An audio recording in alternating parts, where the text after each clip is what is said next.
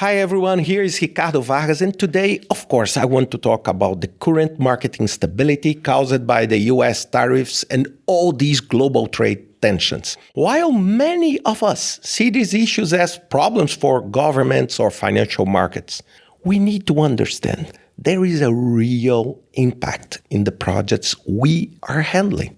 And this is something that is on the top of my mind on the past few days. And I want to share with you some practical tips here on how to manage your projects during these very challenging times. And my first tip is review your international dependencies. And of course, we all know that, we built a society in the past decades based on global trade. So you have suppliers from different places combining things in a third country and then delivering this to a fourth one. But think, taking a close look on your supply chain, identify which suppliers, especially the international ones, that are crucial for your project, and determine if their products or services are affected by tariffs or trade policies. And this review may reveal for you a need to adjust your project budget, your project deadlines, and honestly, it's not just about price. For example, last Friday, Land Rover decided to stop shipping cars to the US. And why? Because they said it's so uncertainty that we just prefer to wait and see what happens. So we are not shipping. So this is not just about you spending 20% more or 30% more in a product or a service that you are bringing overseas. But it may represent delays on getting the goods you need to deliver your project. Another example on this, there are many unintended and indirect consequences of that. For example, this morning, China said that it's reviewing its position on TikTok in the US because of trade. And you may ask me, what TikTok has to do with trade?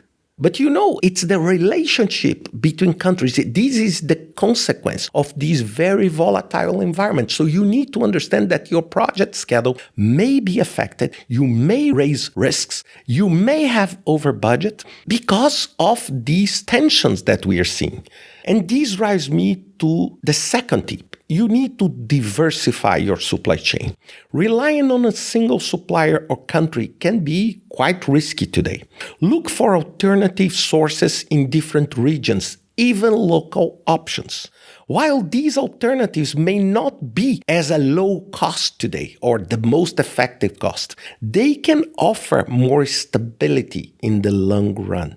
Diversification helps you avoid being caught off guard if a particular market is hit by new tariffs. So, for example, if you are building a project where you rely, for example, you are an American company and you are relying 90% of your supply chain in Vietnam, and I'm using this just as an example, and then suddenly there is a 54% tariffs on that, suddenly your project that was a viable project becomes completely lost in terms of the value delivery that you are proposing for your project. So if, for example, most of your revenue and you are an American entity comes from, for example, services or products you deliver in China, and then China brings a reciprocal tariff in the US of 34%, well, this changes everything. So this is why diversification helps you to reduce your risks.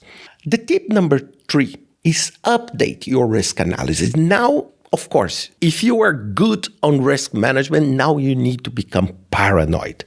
It's time to update your project risk matrix. And now beyond technical and scheduling risks, you need to understand political risks, economic risks, trade-related factors. Consider scenarios like sudden cost increases, customs delay, or currency fluctuations, and prepare clear contingency plans for each of these risks so you are ready, or at least more prepared if conditions change. And the tip number 4, of course, at this moment, everybody wants to have information and news. So do not keep your stakeholders blindfolded in the dark. Keep all of them in the loop. Explain how the changing global market may impact timelines, budgets, and project deliverables. Open and honest communication will build trust, and managing expectations clear can prevent larger issues down the road. And honestly, there is no single organization and there is no single project today in this planet that is relaxed and calm. Because what we built in the past decades was a global trade system where countries are so interconnected that, if you shake something, you impact. It was an optimization of value chain that is now changing completely. So you need to communicate because, of course, imagine companies like Apple today. Imagine companies with a large supply chain in a large market in China, a huge market in the US, and suddenly, even having a great product, you're caught off guard. And look what happened with the stocks. We are talking about the GDP of many countries that were lost. Just to give you an idea, just last week, and I'm not even talking about today, I'm recording this podcast, but just last week, the financial markets lost 2.5 trillion. This is about 10% of the economy of the US and 100% of Brazilian economy, just to give you an idea. So communication and transparency at this moment is critical. Remember, when you are on crisis mode, and I believe we are now, it's critically important to communicate. And my last but not least tip, look for local alternatives. Finally, consider local sourcing. Sometimes the solution is right around the corner. Local supplies might help you to avoid uncertainty on international tariffs and lengthy logistics. And of course, when I say that, I'm saying not everything is possible down the corner, but you need to be more creative because honestly, when you thought about that before, you said, okay, it's much easier to buy this from a huge supplier overseas than produce here. But now, maybe during all these conditions, it's worth for you, at least at this moment, to find local solutions. And let me give you an example. In South Sudan, when I was working at the UN, it was not because of tariffs, but we had such a dramatic challenge on bringing, for example, bricks to the construction site in Juba in South Sudan that we decided to build a mini factory of bricks. Using local suppliers. Of course, it's more expensive than buying them if they were available, but because they weren't available, so the decision of building them locally not only helped to develop this local marketplace, but also helped us to do the job we had to do.